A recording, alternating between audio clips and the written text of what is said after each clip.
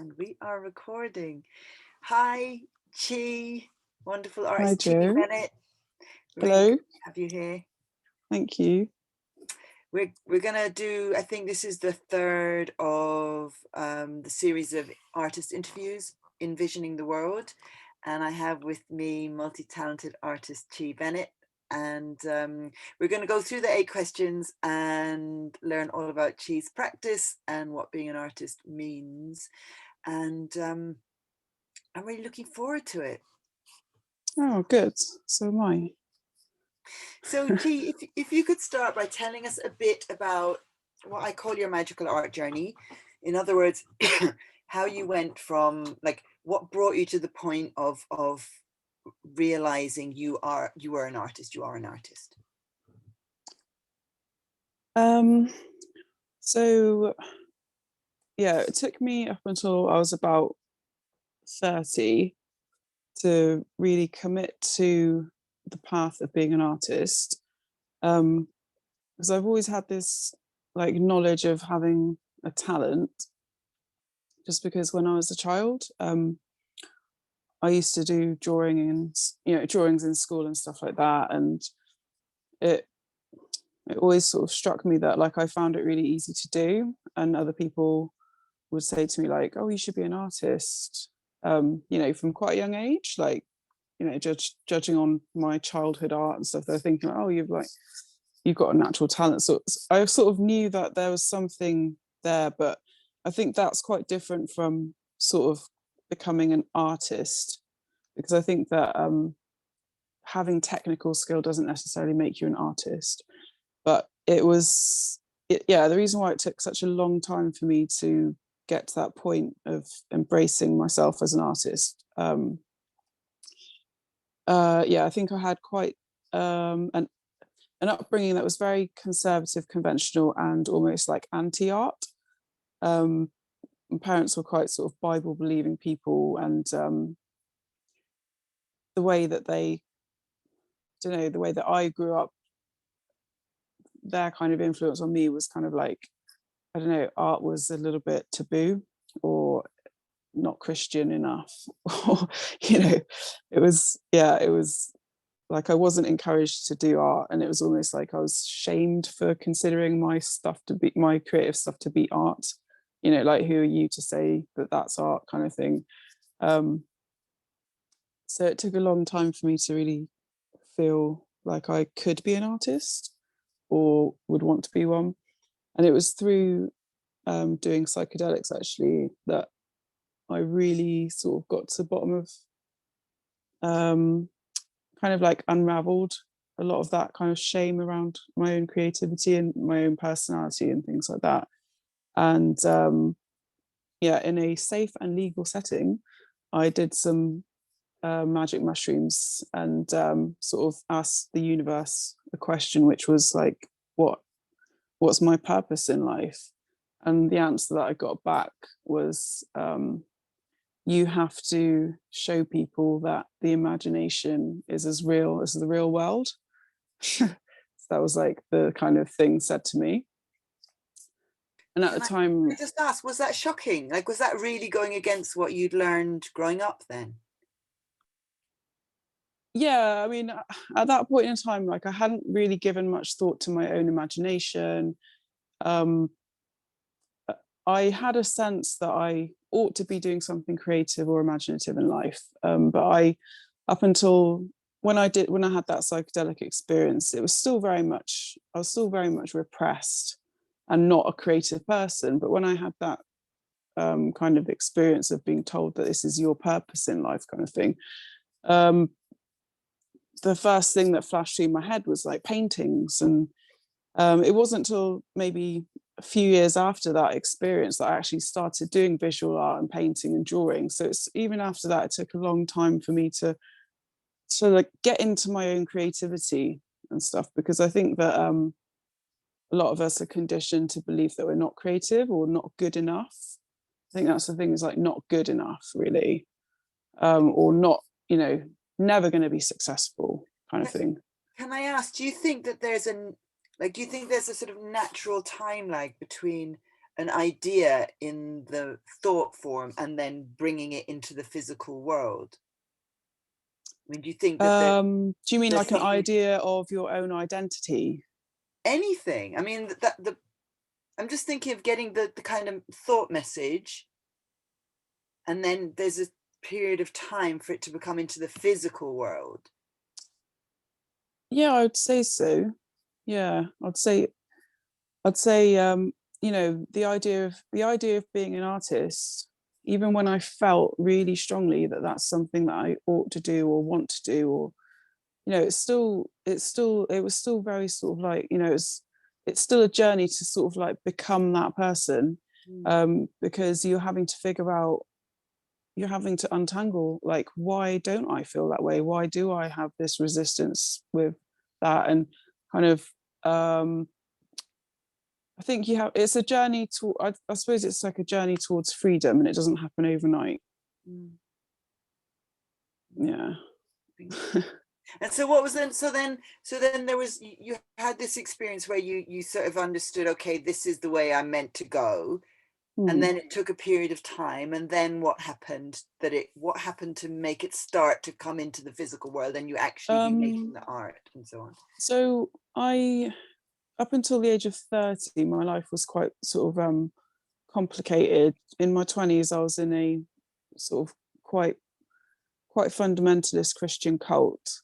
And then I left the cult when I was 27. But at the same time, a month after me and my brother left, he got diagnosed with motor neuron disease. So I then spent the next 3.5 years looking after my brother, like being by his side, supporting him. So at the age of 30 was when I could finally kind of like look at my own life and think, what am I really going to do now? And I haven't got someone to look after. I'm not in a cult. I'm not, I'm kind of like at a point where I've got options. And I just kind of thought to myself, like, now that I've hit 30, I really want to devote myself to my own creativity and talent, and just nurturing myself, and giving myself the time that I'd never really given myself. Yeah. So trying to just sort of find out who I am and be me, really. And what did you do? What was the first thing you did at that point? That did you think, ah, I remember that I'm meant to be working with my imagination, or did you like fall into a class, or like what happened to start that process at that point? So I created sort of like a vision board on an A3 piece of paper, just writing down what I want the next decade to look like for me, in terms of like developing my writing, or doing visual art, or like, all the different kind of avenues I want to explore in my own creativity and stuff.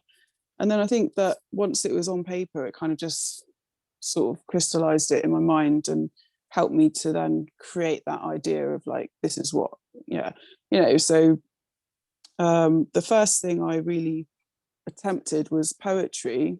And I was writing a lot of poetry, getting really into writing. And then that kind of like, I kind of thought, like, maybe I should look at visual arts, because I sort of felt like writing can only say so much, but there's more to be said that can only be communicated visually. And then I went down that road, and it just felt really natural to me to channel my imagination into visual art. And I just feel like, I don't know, it's like an exploration of my own body to create art, because when I create art, it's like I'm doing something new each time, and it's like a revelation of what it shows me who I am, and it shows me what my body is capable of doing, or what my mind is capable of producing. Or it's like everything I do is kind of just like a little reflection of me as a physical being, kind of thing. Like, it's like an investigation, and also like, yeah. That's very interesting, because this is actually one of the things that really I'm this is one of my key things that I'm sort of investigating myself, is like, for me, I see it as that a sacred point where the imagination or spirit meets the physical, which I suppose is why I was asking earlier on about the time of bringing things from the idea, which has no Mm, time bound, to mm, the physical time bound. yeah. And it's interesting that for you, you have this sense of it being something to do with exploring your body, that the making of the physical art. Yeah. Could you talk a bit more about that? I suppose like I've got a bit of a lag coming through on the audio. Hang Oh on, no, maybe I'll sorry. take. From you? From your end? I don't know. Let me see if it comes through now. Oh, it stopped. Great. Yeah, it stopped. I suppose like I really want to explore rather than seeing the body and the soul as being two separate things. I want to explore more the idea of, oh, I've got some weird audio coming through. Don't know what it is. I want to kind of like integrate the body and the soul, or the mind and the body, or whatever, you know, rather than there being this polarity. I want to sort of like experience the union of the kind of like spiritual or the imaginal world, imagination, combining itself with what we see to be the material world, so that they're no longer sort of like two different things. And it's just that kind of, it's like that thing of like raising the physical or raising the material world to a level of sacred, or realize, or kind of understanding the sacredness of everything, including the physical body. So like the act of creating art is not just a mental process or just a physical process. It's kind of like got this real uh, integration about it, which makes it's just, you know, like you feel a sense of oneness. It's quite, yeah, it's got that spiritual nature. That's really interesting. Is before we go on, is that still weird in your ear? Have you still got a Oh, sound it's weird? okay, actually, it's gone back to normal now. So Yeah. one of the reasons why I wanted to do these interviews is I was speaking to someone within the art world, and she said to me that it's a big taboo for artists to talk about art being a spiritual practice, and it's really frowned upon within the contemporary art world, which I don't know if that's true or not, but it made me really start to think about, well, what do artists believe they're doing when they make art, right? Like for me, it is a kind of a spiritual practice, but not in the sense of maybe someone who's Christian or in an institution of religion would recognize, but something about this, the interface of the physical and the divine. And so it's very interesting to hear you talking about that. Yeah, I think it's wait, got the thing going through again. Yeah, it's like I say, it's like you know, some people might think, oh, spiritual, as in spiritual being something non-physical, whereas I try to not see there being a duality there, and just realizing that art comes from the physical body. It comes from, you know, it comes from who we are as a being, not, you know, not just I don't want to, there's no division between physical and spiritual. It's all just one thing to me. It's all just, I just feel like we're existing in a seemingly solid dream. So it's got that feeling, sense of being in a dream, but very, very sort of like hyper real dream. If Thank you you. know Yeah, I what I mean, mean. for me, this is kind of the core of what it is to be an artist, and I'm partly on a mission to redefine what art is and what art does for society. And I think like for me, part of my function as an artist is to kind of, to not exactly translate that plane into the physical world, but kind of that, really. And so a bit like what a shaman or a druid, or might have done. um and so I'm very interested in that the art, as an artist, it doesn't feel like I'm making a product that someone might want to buy and hang on their wall. Like the process of making art feels very important for, or very valuable for, the whole of the culture, the whole of the society, but that unfortunately our society doesn't recognize that in the way that some other societies do. Yeah. I don't see my stuff either as being like, oh, I'm going to make this for people to hang on walls, or for people to just look at and be like, oh, that's pretty. I would be a bit disappointed in myself if that's all that I could achieve. So I just no, I'm aiming for consciousness changing stuff. So, I'm aiming for as high as you can go in terms of changing human consciousness with what I do. so when you're doing art, because we have a set of questions, we're working our way organically through them anyway and around them. So when you're doing art, and if you're looking for consciousness changing, are you looking for either or your own consciousness changing as you do it, or that it's consciousness changing for people when they experience it, or both? Yeah, both really. It's an investigation into, how can I use color and form and symbols to change my own consciousness and affect me in a deeper level. And how do I allow the universe to flow through me and to show itself to me, and for me to be able to look at what has come out from that experience of, like, I just see, like, when I'm making stuff, I just feel like it's the universe making stuff through me, and I'm witnessing it. And then I get to experience it's a beautiful thing, because I get to look at what's been made with, it's almost like fresh eyes sometimes, as though it wasn't just my own singular vision. Like, I feel sometimes that, like, I get given things, I don't know, given images that I kind of feel like I'm the servant, that I'm being told to make them, and then I do them, and then I reflect on what's happened. But I was more just the sort of, I humbly accepted that this is what someone else wants me to do. I like that.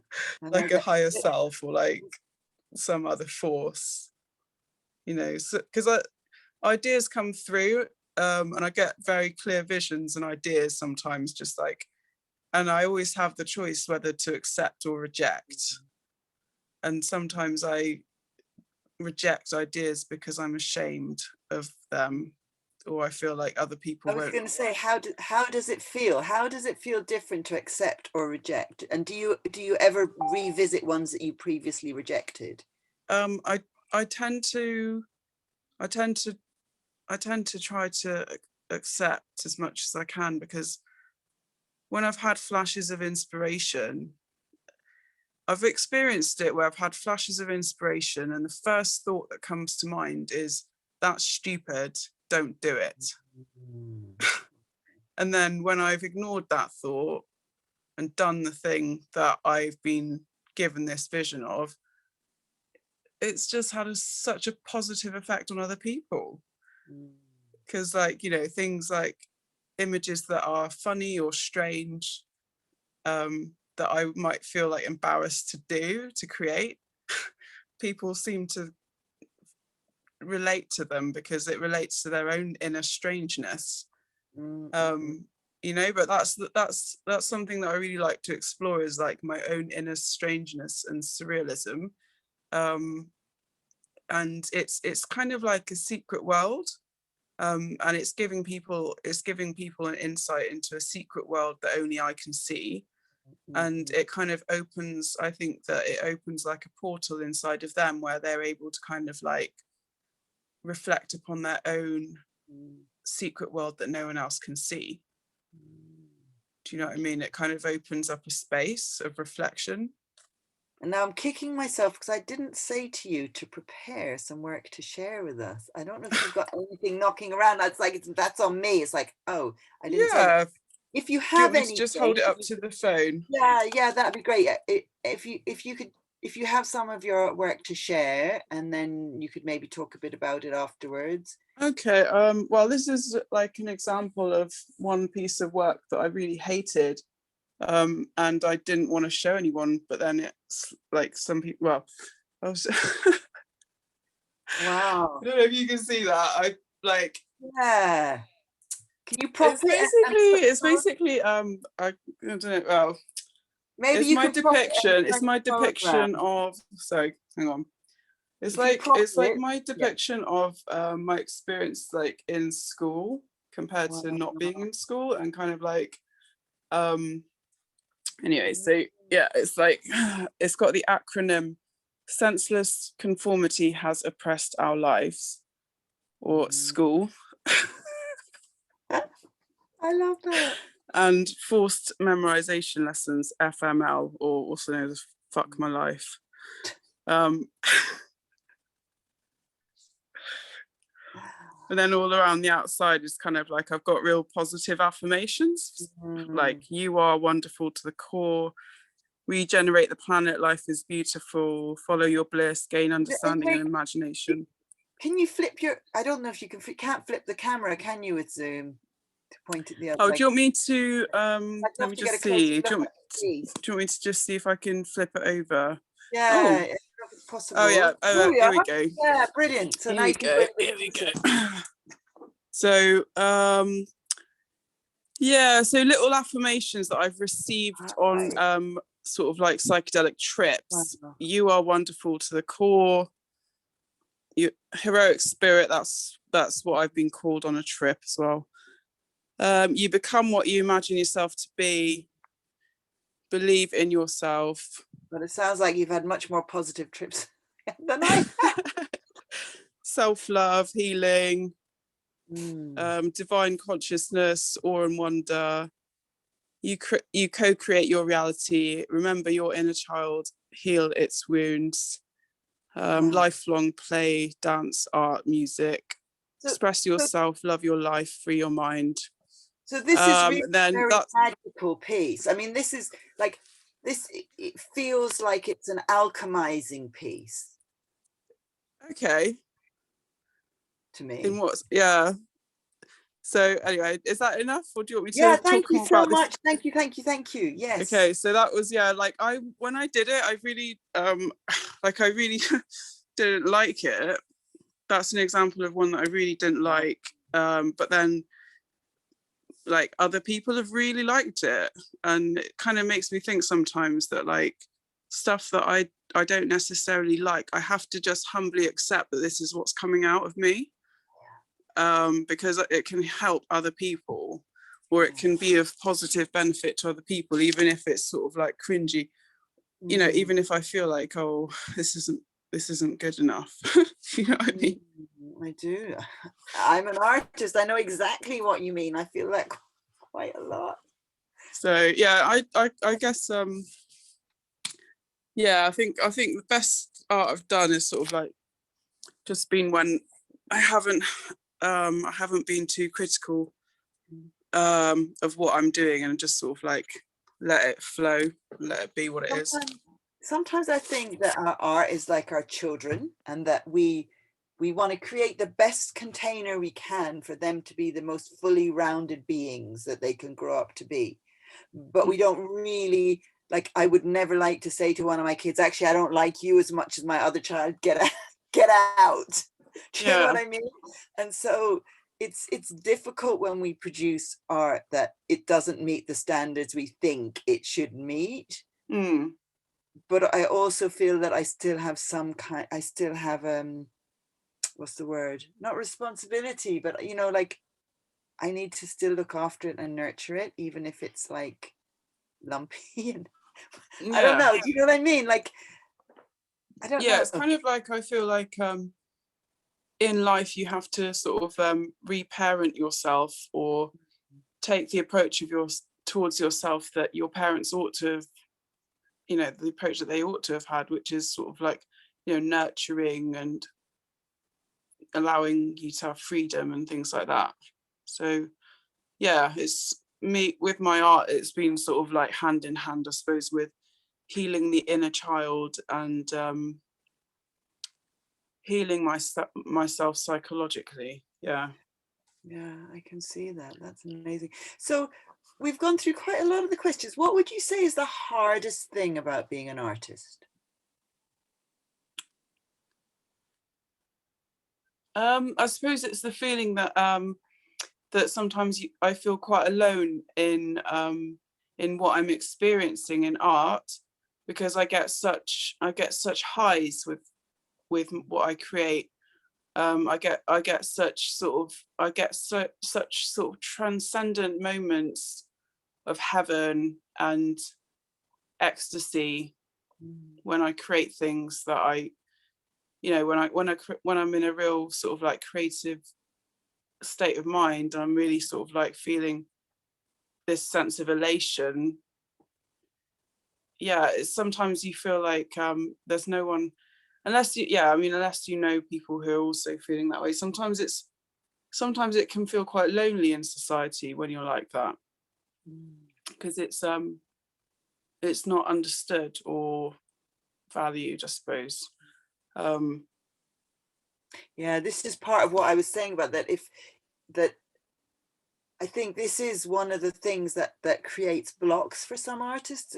This is my theory anyway, is that because our society doesn't value what we're doing for society, that because I really feel like it's a privilege what I do, that I'm not just doing it for me, I'm doing it for society, in the way that a healer or a doctor does it for society, or a teacher does it for society. But because art isn't valued in our society, it's quite scary and can be very lonely to do that work, because people don't really think that you need to be brave to be an artist, but actually you spend so much time getting in touch with these things, these feelings and these things, that it really does take quite a lot of courage to be there consistently, and then to show it as well once you've actually gotten in touch with it, to then show it to other people. I think, yeah, I really recognize what you're saying. And also it's kind of I don't know, I think people can get a bit too caught up with the idea of like technical mastery, and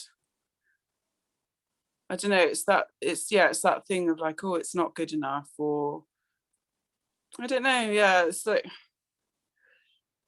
I sort of see art as being, art is like, it should be revered as being as important and as valuable, as essential as science, as essential as maths. You know what I mean? It should, like, whereas these subjects are like, oh, these are the most important things in life, science and maths.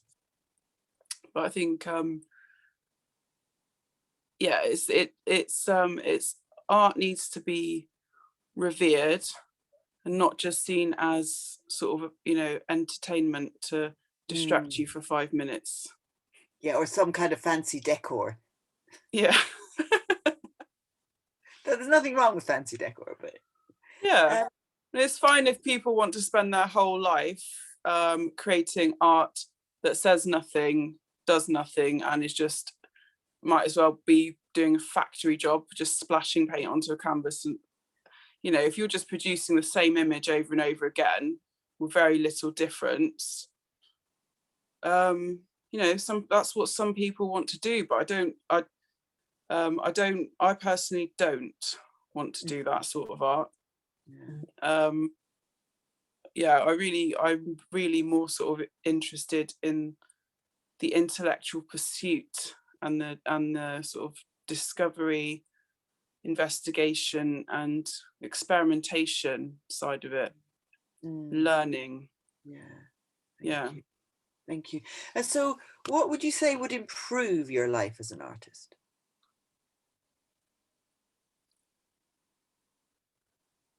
I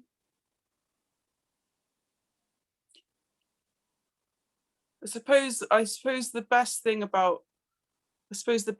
is when you get brilliant ideas coming through, and for me, the experience of when you get these epiphanies that just blow your mind or something, and then you turn that idea into reality, and you get that sense of having your own mind blown by that. You're like, wow, that was an idea in my head and I've like translated that into reality now, and it gives you quite a high. So that thing of, that's, I suppose, one wish is to have that constant like inflow of ideas. That would be brilliant. if you get like, I think the worst, I suppose, I don't know, mean, as you know, like some people might say, oh, the opportunities to create.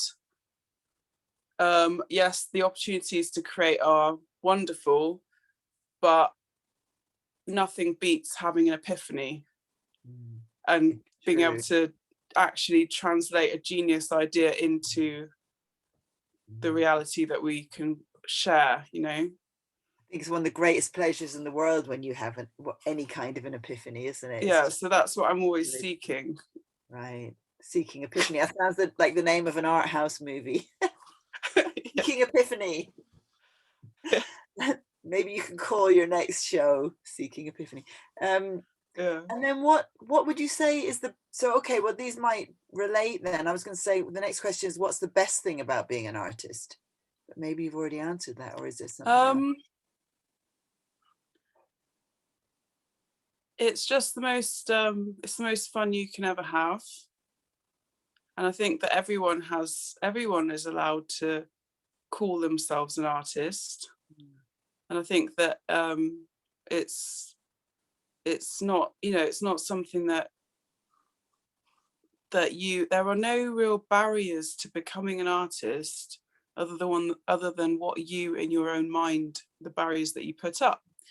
Because if you want to live your life playing and discovering and experimenting and doing projects and learning and thinking creatively and call yourself an artist, then you can. You don't have to reach a certain benchmark in life before you're allowed to call yourself an artist. Well, actually, that's the question I'd like to ask you. Was there a moment when you thought, right, I'm going to claim that I am an artist and start? Well, like, when did you start calling yourself an artist? When I realized that you really do become what you imagine yourself to be. That's a quote by the writer Kurt Vonnegut. I read that quote and it stuck with me. And when you really consider that you become what you imagine yourself to be, if you want to be an artist, you have to start referring to yourself as an artist now, not in the future. Not, oh, I'm trying to be an artist and I will be one in the future. That future will never come. So it's all about, I'm an artist now. Because why aren't you? Why wouldn't you call yourself one if that's how you feel? So did you read that quote and then you thought, right, I am an artist? Well, not just that quote really. It's many kind of thinkers that I would, you know, lots and lots of reading around the whole idea of manifestation, you know, manifesting your dreams and how your thoughts create your reality and how the language that you use towards yourself creates your reality, and how you've got, you know, how if you want to be something or do something, you've got to imagine yourself being that thing right now. So if you can't imagine, the first step is imagining it. If you can't believe that that's possible, or if you can't imagine that thing as being possible, then it will never happen. So you've got to sort of like imagine it first, and then it all falls into place. I kind of had and I know the experience you're talking about, and I do that a lot. But when I claimed myself to be, like, claimed that I was an artist, it was almost the other way around. It's like I actually was an artist since I was very small, but I took all these other routes and names. And then there was a certain point about 5 years ago where I just was like, actually, I'm an artist. I just started telling people I'm an artist. And when I started doing that, how I perceive myself in the world really changed. Like, because I believe that artists interact differently with the world. But until I didn't legitimize the way I was interacting with the world until I claimed that I was myself as an artist, if that makes sense. Yeah. And now it's the most incredible thing because I can do or be what the hell I want, whatever I want, because I'm an artist. It's like I can almost get away with anything. Like I can set up my work day how I want. I can dress how I want. I can interact with the world how I want. And all I have to say is, well, I'm an artist. Yeah. It's so liberating. But I really, like, I do believe that being an artist is interacting with the world in a different way. Yeah, I think it's a choice. I think it's a choice to interact with the world in a completely different way. Um, I think it's a choice to interact with the world more consciously and more creatively, Mm. and to draw upon inner forces, and to live in a way that's more kind of like let's say, it's like what you said before about kind of living in those two worlds. It's like it's being present in both the imaginary world and the visionary world, whilst living within this mundane world that everyone else exists in. We live in the world that everyone else can see, but we're choosing to open up the mind so we can see what's everything, there's other things to see that aren't visible to the naked eye. And that's what we're looking at. Yeah. And I know, Chi, like you've mentioned that, you're involved with poetry, visual art. If people want to see or experience more of your work, I mean, do you want to tell us a little bit about some of the other things you're doing as well? Like you're in Plymouth, right? I know you've got a lot of Yeah. projects going on there. Yeah. So I'm quite I'm quite actively involved in the arts here. I'm currently doing a commission for someone who runs a food area for some where ethnic minority women run food businesses, and I'm doing some art that's tied in with sort of remembering forgotten heroes from Plymouth, from ethnic minority backgrounds, and from backgrounds that normally wouldn't be recognized. So that's happening in the plot on Union Street. I've got an Instagram account that's got lots of my art on it. It's under Chi Bennet, Bennett. And we will share links as well. Share links of, Yeah. when So I've you've got, this up. Facebook as my main platform. So I do a lot of sort of interacting with the world through that, and kind of like blogging on that. Yeah. And is your radio show finished now, or will that be coming Yeah, back? my radio show's finished. I don't do that anymore. Okay. So I did that for about 20 weeks. But now I'm getting more into painting. So that's really, I see that as being a really sort of like fun part of my life, is to sort of discover the potential of what I can create visually, and how it can, my aim is to sort of create culture that really really gets under people's skin, and kind of affects them in ways that they might not even be able to verbalize, in some kind of way that might even be barely, if they were, I really want to have an exhibition and for people to see my stuff up close, and I want people to experience my art, and I love it when I get some sort of response from people.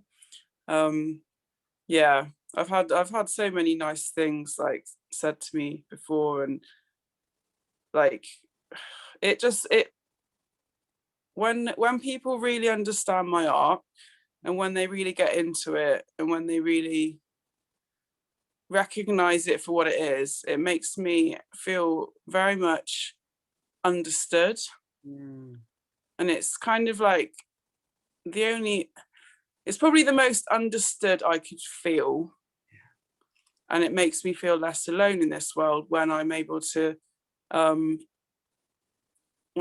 share my art, and for people to understand me a little bit better. It just makes me feel like I've been actually seen, rather than being viewed as a stereotype. Or I feel like most of my life, because I haven't been artistic for most of my life, but until I stepped into that kind of self-perception of being an artist. You know, I was very much sort of like really repressed and unable to communicate very well, very fearful of all that side of life, and never felt fully understood. But through art and creativity and writing and stuff, it just makes me feel like I'm actually I don't know, like I can actually be understood by people and not feel so alone. That's amazing. So it's almost like I don't know how to put it, like a way of translating yourself into a form that other people can interact with. Yeah, it's like integrating myself into it's like trying to find a sense of belonging within my sort of cultural landscape, or it's trying to find a way to be a part of the community in a meaningful way where I feel like I'm being accepted for who I am, um, for who I truly am, rather than just my physical outer Yeah. appearance or my, you know, whatever egoic construct that I present. Oh, thank you so much. Because this is also very interesting because, there's another debate as well about, like, some people say, well, you just make art for the process and then there's no, like, it's just ego that makes you want to show it. But I don't personally feel that way. For me, it is a form of communication. And until it kind of completes the circuit of landing with someone else, it's kind of like it's having a conversation on your own rather than a conversation with someone else, which is not the same thing, right? So Yeah. for me, that is important to have to, like, that the artwork in a way almost isn't complete until other people see it. Hmm. For me, like, it's not finished its whole arc until it's Yeah, yeah. It's not sort of like reached its full potential in a way. mm, Yeah. I feel like it's really important, I think, for me personally, that my art does get seen. Um, and that's if it didn't get seen, I'd kind of if I died knowing that no one ever saw my stuff, I think I'd be quite sad. And I think like mm, part of my art, part of the reason that I do it is to give other people a sense of comfort, mm, because I'm exposing my kind of my personality or my soul or my my intention, my benevolent intention towards the world and towards humanity. I'm living that through. I'm practicing that. I'm putting it into practice by creating art that kind of gives people a sense of connection to me, but also a connection to themselves that they may not have previously had. mm, Um, Opening pathways for people. mm, Yeah. So I feel like I feel like you say, it's like the work that we're doing is not just creating entertainment and stuff. It's very deep, it's very meaningful. And for me, it's all about friendship and connection with people, um, giving people a way out of their own lowliness, their own sense of being totally alone in this world. And people have said to me in the past that, well, one person said that she looks at my art every day because it just makes her feel happy that there's someone out there like me that produces mm. kind of weird art. Yes, yes, I love that. um, and it gives people, yeah, it's that sense of like knowing. It's that, that's something that, another thing that really drives me on, not just my own personal curiosity and intrigue, but it's also that knowing that what I'm doing could potentially really help someone else in Mhm. some sort of way. Um, Whether, just whether it makes them feel, I don't know, just psychologically connected to another person out there. It's almost like I sort of see myself as being a little bit like a life raft going around, kind of like helping people not to drown. Yeah. And at the same time having that same function for yourself as well, or Yeah, keeping myself, keeping my morale going, and finding ways to thrive and exist within this world as it currently is, and finding solutions for myself, um, to psychologically cope with the constant onslaught of fear and dread and boredom and things. mm, So through art, I'm kind of like providing myself with the antidote against all these really quite sort of destructive forces. mm, Um, yeah, and also, hoping to provide that for the people as well. And in the past, I've had people who have been suicidal write to me and say that my art like really broke through their suicidal thoughts and really like helped them out of that state of mind. mm, So that's how I know that how powerful art can be. mm. It can save people's lives. Wow. Yeah, thank you for sharing that, Chi. I really appreciate that. So the last official question is, where do you see your art career or quest, whatever way you envisage it, taking you next? What would be, like, in an ideal world, or even maybe you sense in the real world, what's the next loop on your magical art journey? Um, I suppose a kind of a benchmark for me would be to have some sort of maybe publication, like a book of writing or poetry, or a combination of like maybe a book that combines my art with my writing, or to do a sort of public exhibition. Um, yeah, I'm just always sort of like looking for ways to expand myself, really. Mm, But I also like having the freedom to not really have a path, or not really um, have a set sort of goal. Because mm. I think that one of the things about life that I really appreciate and enjoy the most is sort of the serendipity of how things happen, without you ever planning or expecting things to go that way necessarily. Just watching life unfold in its own magical way.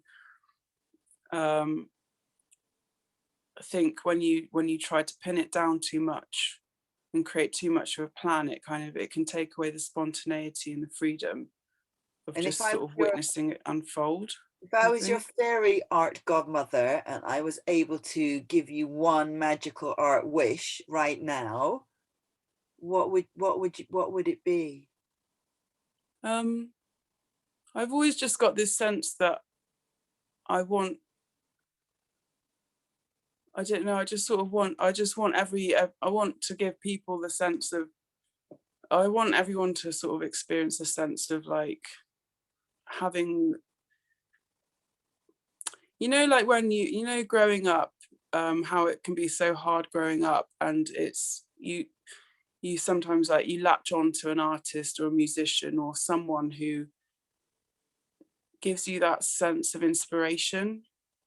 I would like to be that person for other people.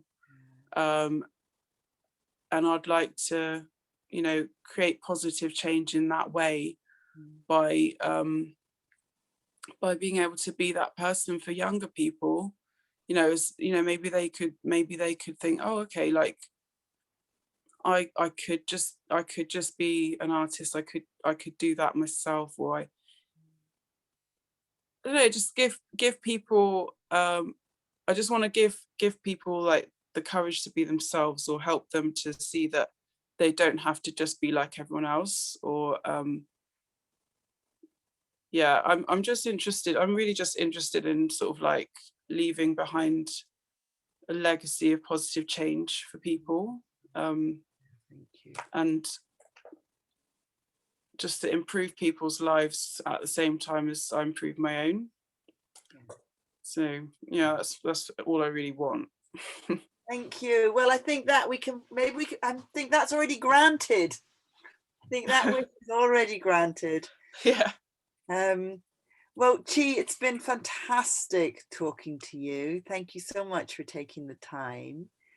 And Thank you, we're going to Jo. make sure and drop all the links below with where people can find you, Instagram, Facebook, and so on. And I don't know if there's a place they can buy your art, or if you have Patreon or anything like that. But if you do, we'll share that. And if not, you can add it as and when it happens. You can always go back to because it's going to be on YouTube. You can always go back and put it in comments later on as more new things come up.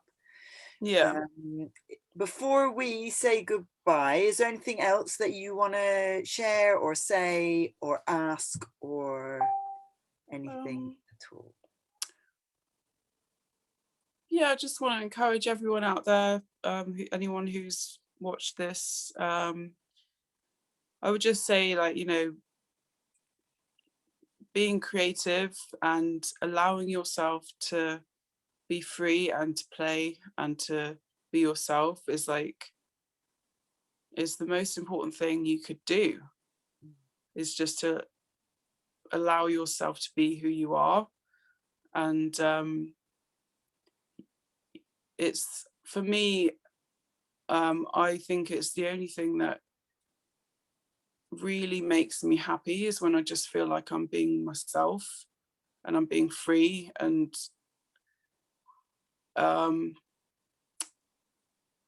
yeah, there's so much, there's just so much, there's so much beauty and magic that we just don't even know is there, and that we don't tap into because we've been conditioned to not believe in it. But I can vouch for the fact that life is incredibly magical, beautiful, worthwhile, meaningful, and you're so much more powerful than you've been made to believe, and you're so much more capable than you've been made to believe. And life is a journey of discovery into who you are. You don't know who you are until you set out on the path to discover who you are. You can't go by what other people have told you that you are, or even your previous judgments of who you are. You've really got to discover who you are and create who you are. And you've got the power to create the life that you want, and to create yourself into being the person that you want to be. So you can decide what you want to be, and you can become that. You are powerful.